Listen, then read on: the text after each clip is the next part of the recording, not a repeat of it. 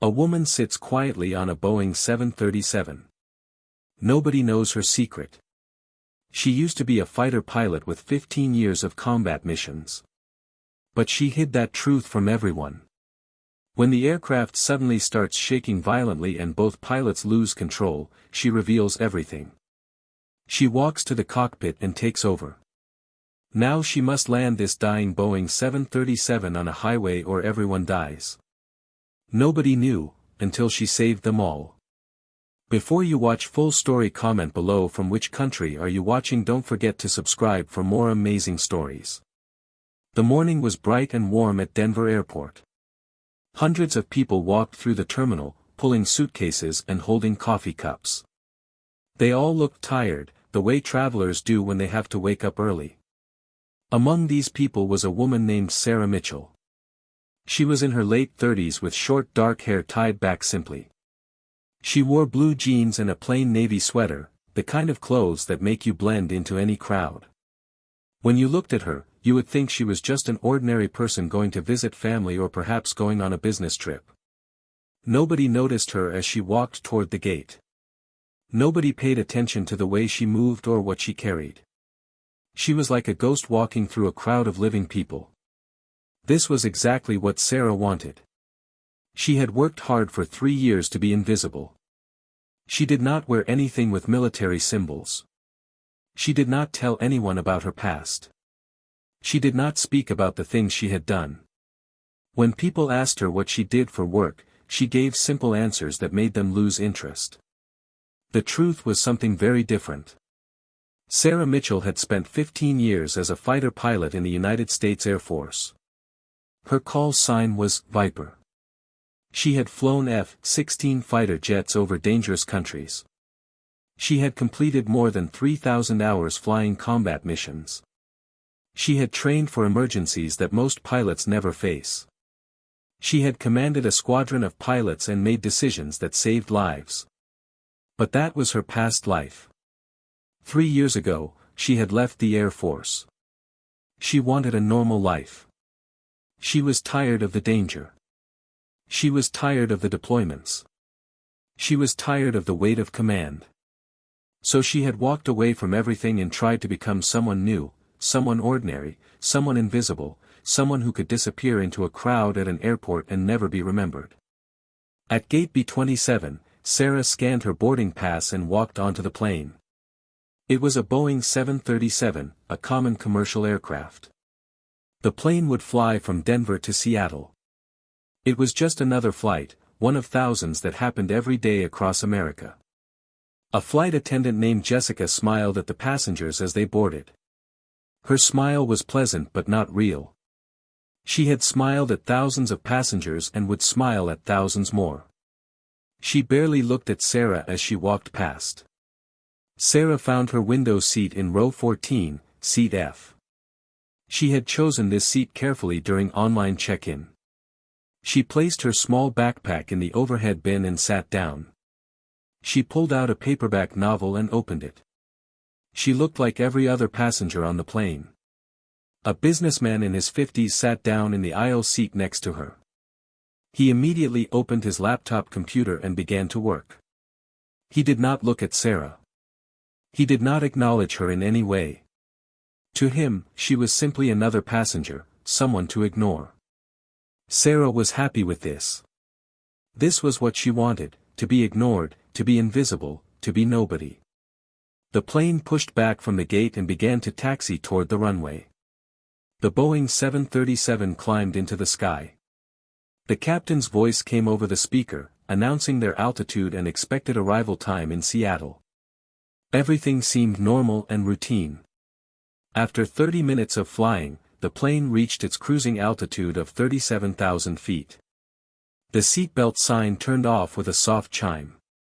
Passengers unbuckled their seatbelts and moved around. Some people stood up to get things from the overhead bins.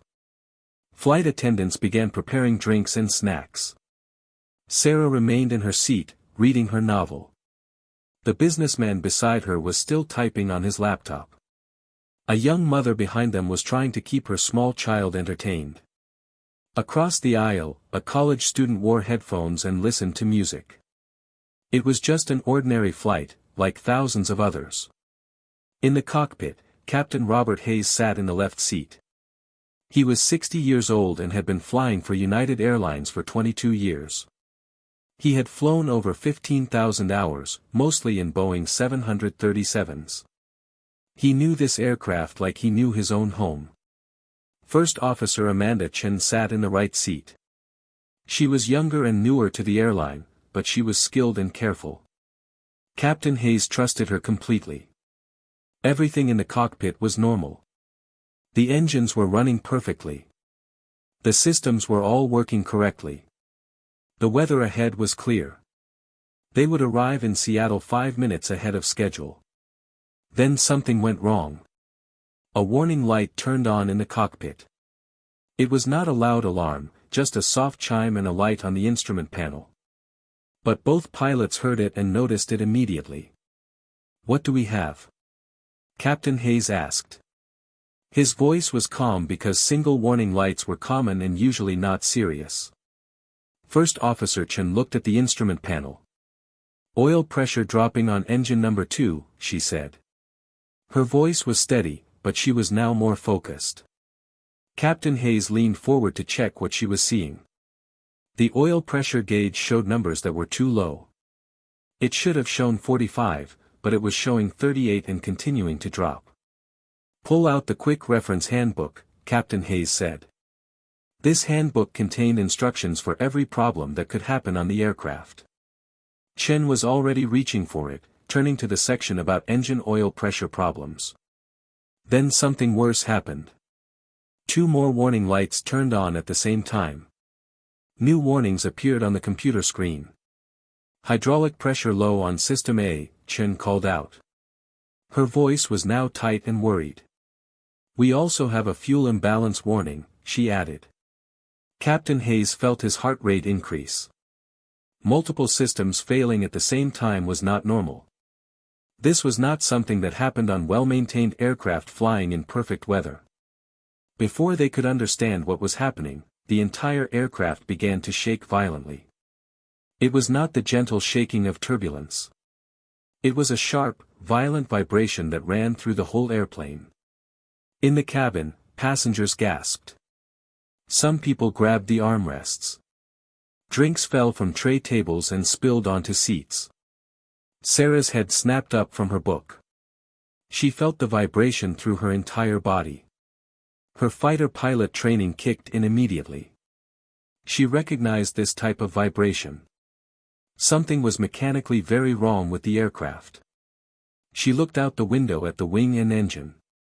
She was looking for fire, for leaking fluid, for any sign of damage. In the cockpit, Captain Hayes and First Officer Chen were facing a terrifying situation. Multiple warning lights were now turning on. The displays were showing errors from different systems that should have no connection to each other. "The number 2 engine is vibrating badly," Chen said, reading the instruments. "But we're also showing electrical system faults. And hydraulic system A pressure just dropped to 0. She paused. Her experienced mind recognized something terrible. "Captain, these failures are not connected to each other.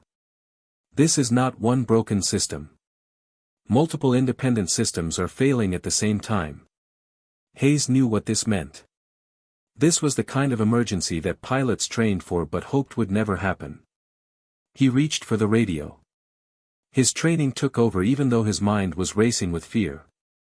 "Denver Center, United 1847, declaring an emergency. We have multiple system failures and need immediate vectors to the nearest suitable airport." His voice was controlled, but urgent. The air traffic controller responded immediately. "United 1847, Roger. The nearest suitable airport is Grand Junction Regional, heading 225, 60 miles away. Descend and maintain flight level 240. All other traffic is being cleared from your area." Captain Hayes shut down engine number 2 following procedures he had practiced many times in simulator training. But the vibration did not stop. Something was mechanically broken inside the aircraft itself. With the hydraulic system completely failed, they had lost redundancy in their flight control systems. If the second hydraulic system also failed, they would only have manual reversion, a backup system that was very difficult to control. "We need to run the dual hydraulic failure checklist," Chen said. But as she began reading the steps, new warnings appeared on the screen. "Captain, we're getting fire warnings from the cargo hold," she said, her voice now showing fear. "And the electrical system just failed. We're on backup power." They were not dealing with a situation that had clear procedures. They were facing something impossible. Captain Hayes made a decision. He told Chen to go to the back of the plane and inform the senior flight attendant about how serious the situation was. When Chen emerged from the cockpit, she looked pale and frightened. She spoke briefly to the senior flight attendant, Jessica. Sarah watched this conversation from her seat. She saw Jessica's face turn white. She saw the hand gestures. She saw the fear in both women's eyes. Then Jessica picked up the microphone to make an announcement. "Ladies and gentlemen, this is your senior flight attendant. We are experiencing technical difficulties and the captain has made the decision to divert to the nearest airport. Please return to your seats immediately. Fasten your seatbelts tightly. Flight attendants, prepare the cabin for emergency landing." The cabin erupted in fear. People began crying. Some people were praying. Flight attendants moved through the aisles, checking seatbelts and securing loose items. Sarah looked out the window at the mountains below. She was calculating in her head. Based on their descent rate and the direction they were turning, she knew they might not make it to Grand Junction. She could feel through the vibration of the aircraft that something structural was failing. They did not have much time. She made a decision in that moment. She was going to reveal the truth about herself. She was going to expose the anonymity she had carefully built over 3 years. But she could not let these people die. Sarah unbuckled her seatbelt and stood up. The businessman beside her immediately protested. "Ma'am, you need to stay seated," he said. A young flight attendant named David moved toward her. "You cannot approach the cockpit," he said firmly. "Federal regulations are very clear about this, especially during an emergency. Please return to your seat immediately." His voice was rigid because he was following rules. He did not know what else to do. Sarah stopped but did not retreat. She looked directly into David's eyes with an intensity that made him hesitate. "I'm a pilot," she said quietly but with absolute authority. "Fighter pilot, 15 years Air Force, over 3,000 hours in tactical aircraft. Whatever is happening up there, I might be able to help. You need to let me talk to them." David stared at her. His training did not prepare him for this situation. The procedures he had memorized said nothing about passengers claiming to be military pilots who wanted to help during emergencies. But something in Sarah's eyes, in the calm certainty of her voice, made him hesitate instead of simply refusing. "Wait here," he said finally. He moved quickly to the cockpit door and knocked in a specific pattern that identified him as crew. The door opened a crack. David leaned in and spoke to whoever was inside. Sarah could not hear the conversation, but she could see David gesturing back toward her. She could see the discussion becoming more animated. After 30 seconds, the cockpit door opened wider and First Officer Chen appeared. She looked pale and stressed. Her eyes found Sarah and there was both skepticism and desperation in her expression. "You're a pilot?" Chen asked, her voice tight. "Air Force retired 3 years ago," Sarah said. "F-16s mostly, some F-15 time. I've handled emergencies that commercial training does not cover. I might be able to help." Chen studied her for a moment. She was thinking. In normal situations, no commercial airline pilot would let a passenger into the cockpit, no matter what credentials they claimed. But these were not normal circumstances. "Wait," Chen said. She disappeared back into the cockpit. Sarah could hear urgent conversation and the sound of warning tones in the background. Then Chen reappeared and gestured for Sarah to enter. "Captain wants to talk to you. Come on." Sarah moved quickly into the cockpit. Her eyes immediately scanned the instrument panels. What she saw made her blood run cold. The primary flight display showed multiple red warnings. The engines showed number 2 was shut down and number 1 was running but with abnormal parameters.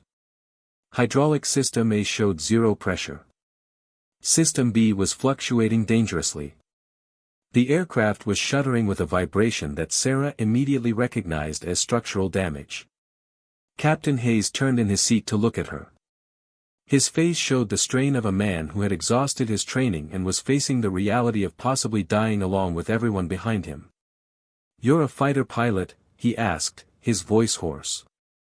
Sarah moved closer, her hand reaching out to brace herself as another shudder ran through the aircraft.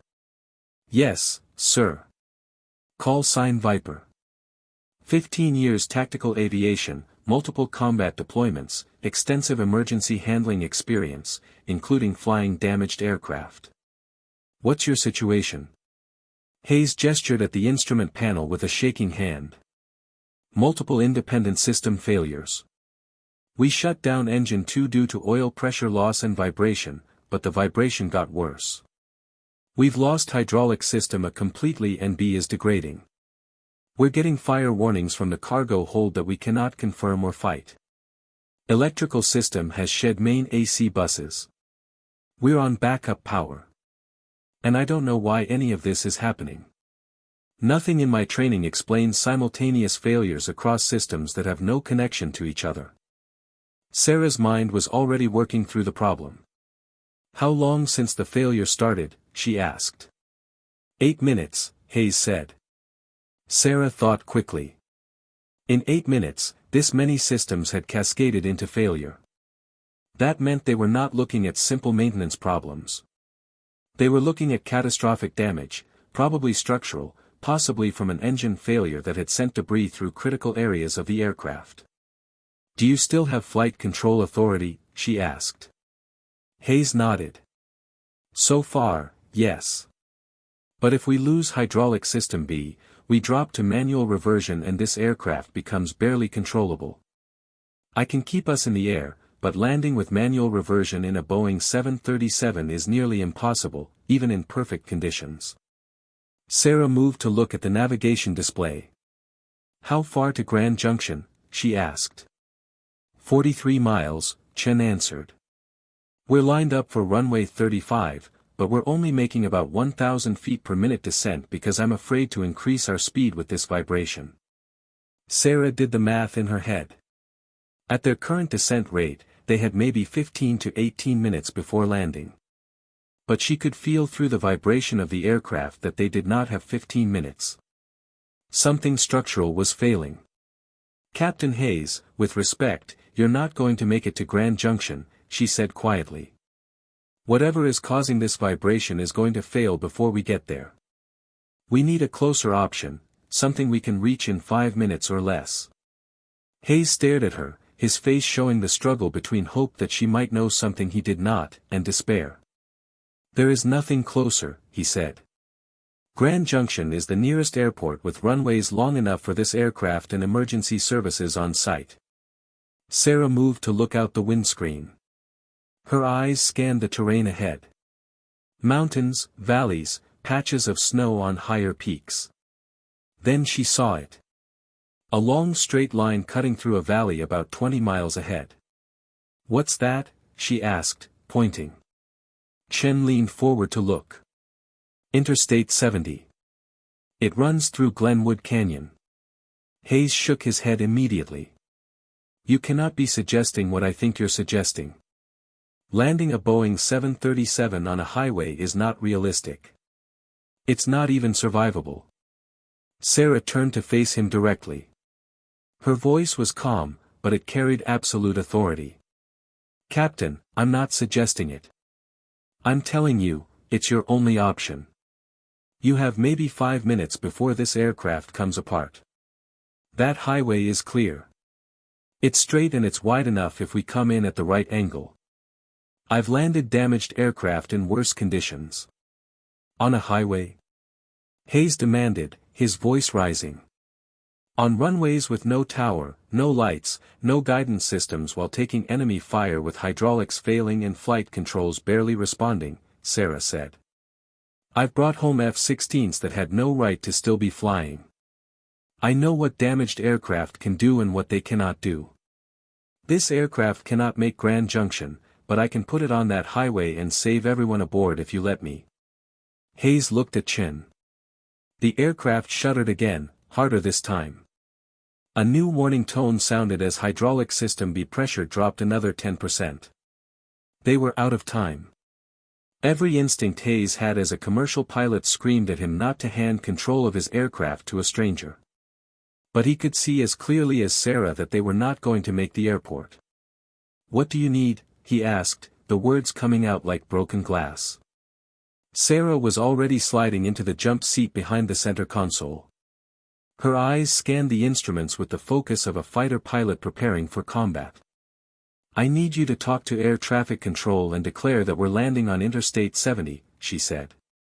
I need them to stop all traffic both directions and clear the area as much as possible. First Officer Chen, I need you to handle radio communications. Read checklists and manage any system that I'm not actively controlling. Captain Hayes, you're going to stay in the left seat, but I'm taking control. Keep your hands on the yoke as backup in case I need you to take over, but I'm flying. Understood?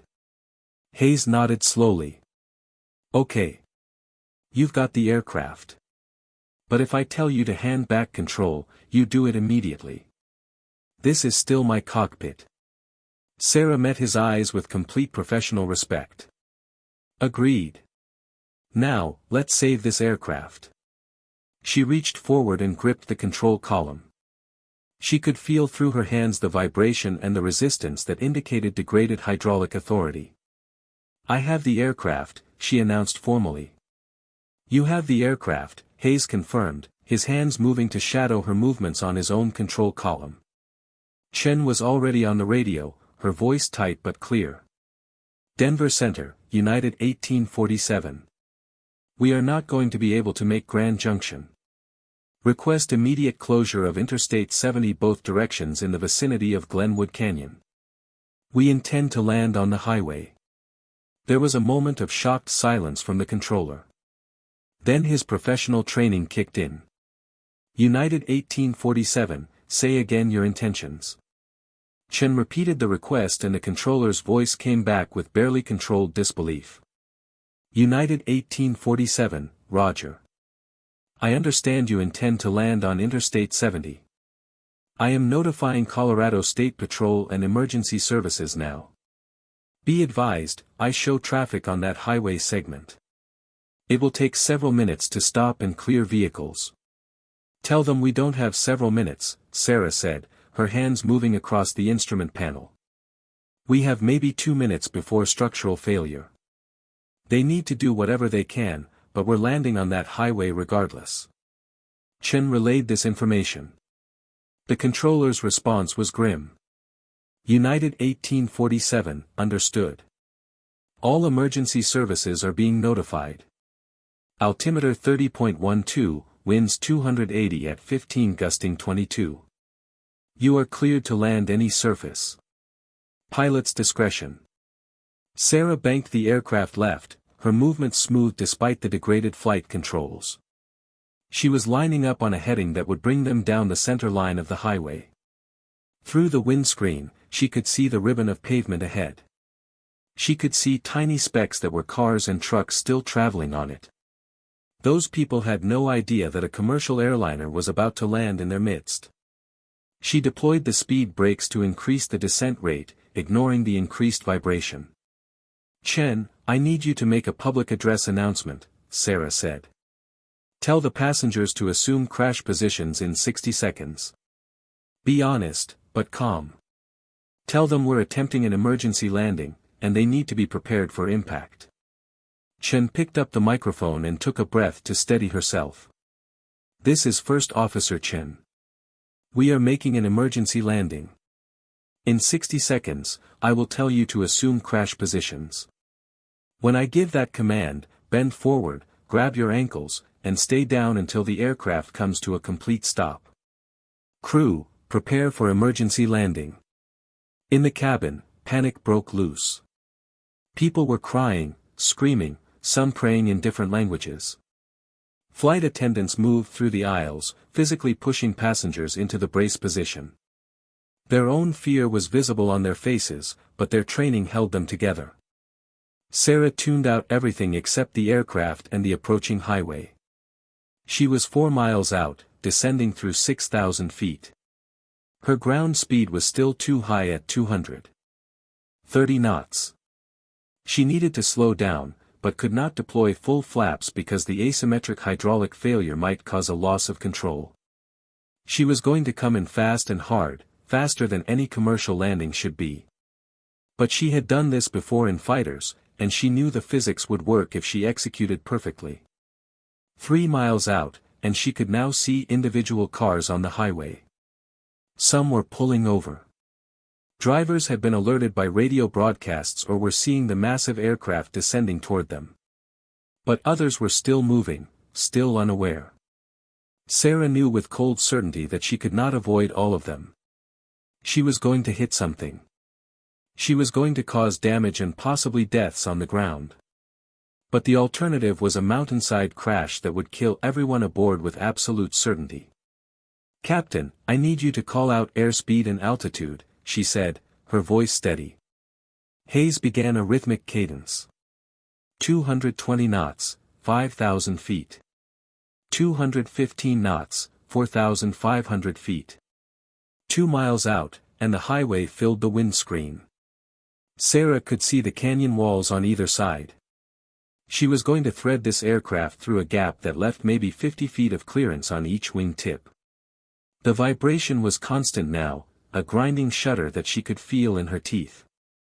Something was very close to letting go. "Chen, brace for impact announcement." "Now," Sarah commanded. Chen's voice came over the PA, sharp and urgent. "Brace, brace, brace." 1 mile out and Sarah dropped the landing gear. She could feel the heavy thunk as the wheels extended and locked. The drag increased dramatically, slowing the aircraft, but also making it shudder even worse. Hydraulic system B pressure dropped to 20%. The flight controls became mushy, responding slowly to her inputs. She added power to the single remaining engine, using thrust to help control their descent rate.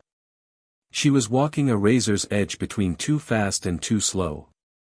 500 feet, Hayes called out, his voice strained. 400 feet. 300 feet. Cars on the highway were pulling desperately to the shoulders now. Some drivers were so panicked they simply stopped in the middle of the lanes. Sarah aimed for the center of the widest clear section. She accepted that her wings were going to hit things. She knew she had to protect the fuselage and the cabin where 153 people were hunched in crash positions with their lives depending on her skill. 200 feet, Hayes called. 150 feet. 100 feet. The Boeing 737 dropped below the level of the canyon walls. Sarah could now see the texture of the pavement, could see the painted lines and patches where the highway had been repaired. She pulled back on the yoke, raising the nose and bleeding off speed as the aircraft entered ground effect. The main wheels hit the pavement at 160 knots with a screech of tires and a violent bounce that threw everyone forward against their seatbelts. Sarah shoved the thrust levers to idle and deployed full-speed brakes. The aircraft slammed back down onto the pavement and stayed down this time. The noise was catastrophic. Metal screaming, tires exploding, the roar of reverse thrust from the single engine creating asymmetric deceleration that tried to yaw the aircraft off the pavement. Sarah fought the controls with every ounce of strength she had, using rudder and differential braking to keep the aircraft centered on the highway. Even as the left wing dipped and hit the concrete barrier separating the lanes, sending up a shower of sparks and tearing metal. The impact tore off the outboard section of the wing, debris tumbling behind them in a trail of destruction. A semi-truck appeared ahead. The driver was frozen in terror as he watched a Boeing 737 bearing down on him. Sarah aimed for the gap to the right of the truck. Her right wing tip passed with inches to spare, but the left wing caught the trailer and ripped it open like paper. The impact caused the aircraft to yaw violently to the left. For a moment, Sarah thought they were going to roll. But she mashed the right brake pedal to the floor and added a burst of thrust, using raw force to muscle the aircraft back toward the center of the highway. They were down to 80 knots now. The aircraft was still decelerating, but surrounded by chaos. Debris was breaking off, and Sarah could smell burning rubber and hydraulic fluid. She saw a passenger car ahead. A mother with 2 children was visible through the windshield, their faces white with terror. There was no room to avoid them. There was no time to do anything but pray. At the last second, the mother swerved off the highway and down an embankment. The car tilted dangerously but stayed upright, and the aircraft thundered past with feet to spare. 60 knots, 50 knots, Sarah whispered. She could feel the aircraft was dying beneath her hands. Systems were giving up one by one. But they were slowing. They were still on the pavement. They were somehow still together. At 30 knots, the nose gear collapsed with a grinding crunch. The nose of the aircraft slammed down onto the pavement in a spray of sparks. They slid forward another 100 yards. The friction brought them to a final grinding stop. For 3 seconds, there was complete silence except for the sound of alarms in the cockpit and the hiss of escaping hydraulic fluid.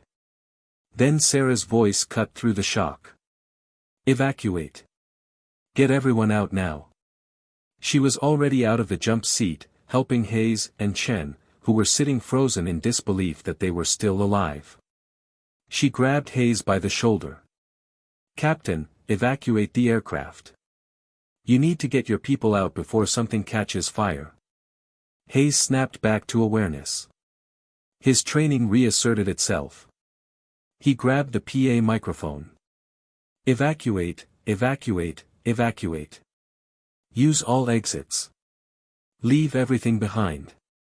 Get away from the aircraft. The flight attendants were already moving, throwing open doors and deploying emergency slides. Passengers stumbled toward the exits in a controlled panic. They jumped onto slides and tumbled down to the highway pavement. Sarah helped Hayes out of his seat and physically pushed him toward the cockpit door. Go get yourself out, she commanded. Hayes stumbled into the cabin, joining the flow of passengers moving toward the exits. Chen was right behind him, but she paused and looked back at Sarah. Thank you, she said, her voice breaking with emotion and shock. You saved us. You saved everyone. Sarah nodded, her face showing no satisfaction or pride, only the grim focus of someone who knew the job was not done until everyone was safe. She moved through the cabin, checking each row to make sure no one was left behind. She found an elderly man who had frozen in fear and physically lifted him from his seat and guided him to the exit. She was the last person in the aircraft, standing at the forward emergency exit and looking back at the empty cabin.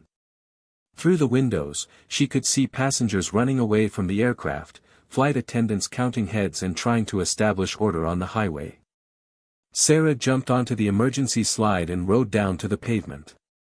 She rolled to her feet at the bottom and jogged away from the aircraft to a safe distance.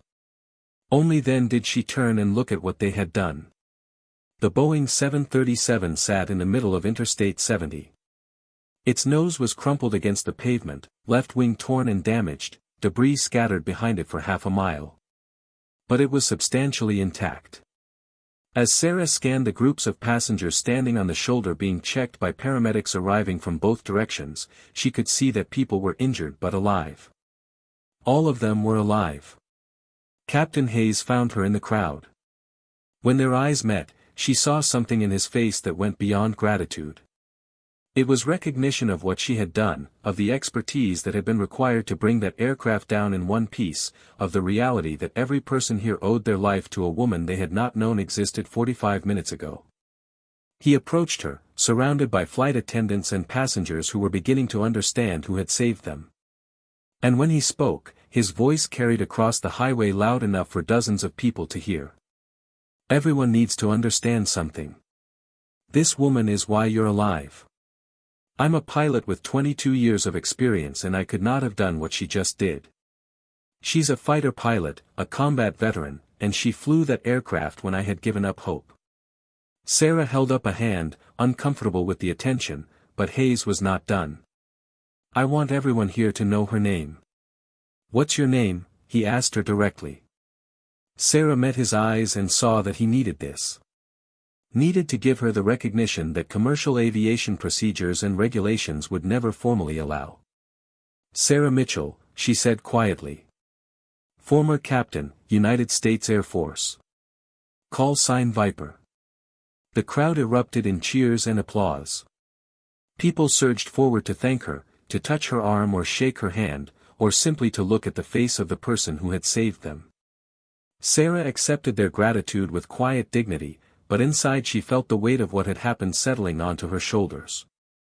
She had saved 153 lives today. But she had also revealed herself in a way that could never be taken back. The anonymity she had carefully constructed was gone. Destroyed in the 8 minutes and 13 seconds it had taken to bring a dying Boeing 737 down on a highway through a canyon at the edge of her skill and the limit of what was physically possible. As emergency vehicles surrounded the scene and officials began investigating what would become one of the most extraordinary emergency landings in aviation history, Sarah stood apart from the crowd and looked at the damaged aircraft. Later, investigators would determine that an uncontained failure of the No. 2 engine had sent turbine blades through the fuselage. These blades severed critical hydraulic lines, electrical bundles, and structural members in a catastrophic cascade that should have made the aircraft uncontrollable. They would conclude that the pilots had done everything right according to their training. But that training and procedures were inadequate for the situation they faced. And they would note in official reports that would be studied for decades that the only reason everyone survived was because a passenger with fighter pilot experience had taken control and executed a landing that no commercial pilot was trained to attempt. But Sarah was not thinking about official reports or future training changes. She was thinking about the moment in the cockpit when she had taken the controls. When she had felt the damaged aircraft respond to her hands. When she had known with absolute certainty that she could save everyone if she was willing to risk everything on her skill. She had spent 3 years trying to leave that part of herself behind. Trying to be just another ordinary person in a world that no longer required her to push machines and herself to the absolute limit. But today had shown her something she had suspected but not wanted to admit. She would never be just another passenger. Because when the moment came when lives depended on expertise that only a few people possessed, she would always step forward. It was who she was. It was who she would always be. Regardless of what she wore, or how she traveled, or how carefully she tried to blend into the background of ordinary life. The businessman who had sat beside her on the flight found her in the crowd. His face was still pale with shock, but his eyes showed something like awe. I asked you what you did for work, he said, his voice shaking slightly. You said you were visiting family. You didn't say anything about being a fighter pilot. Sarah looked at him with a small, tired smile. You didn't ask the right question, she replied. Nobody ever does. People see what they expect to see, and they expect ordinary passengers doing ordinary things. They don't expect fighter pilots because fighter pilots are not supposed to be invisible. But we are right up until the moment we're needed. Then we're exactly who we've always been. As the sun began to set over the Rocky Mountains, casting long shadows across the highway where a Boeing 737 sat broken but not beaten, Sarah Mitchell stood among the survivors and accepted that her time of anonymity was over. The news would spread. The story would be told. And she would be recognized as the fighter pilot who saved Flight 1847 when no one else could. She had tried to leave that identity behind. But today had proved that some things are too fundamental to who you are to ever be truly left behind. She was a fighter pilot. She had been since the day she first strapped into a cockpit. And she would be for the rest of her life. regardless of what uniform she wore or what name was on her airline ticket. Nobody had known she used to be a fighter pilot. But now everyone would know. And perhaps that was how it should be. Because expertise that saves lives should not remain hidden in the shadows. It should be recognized, respected, and ready to emerge when crisis demands capabilities that ordinary training cannot provide. Sarah Mitchell, call sign Viper, had saved 153 lives today by being exactly who she had trained her entire adult life to be. And as emergency responders worked through the evening to clear the highway and care for the survivors, she stood quietly among them. Just another person in jeans and a navy sweater. Unremarkable and invisible again, except to those who knew enough to recognize that the greatest expertise often travels unnoticed. Until the moment it becomes the difference between disaster and survival.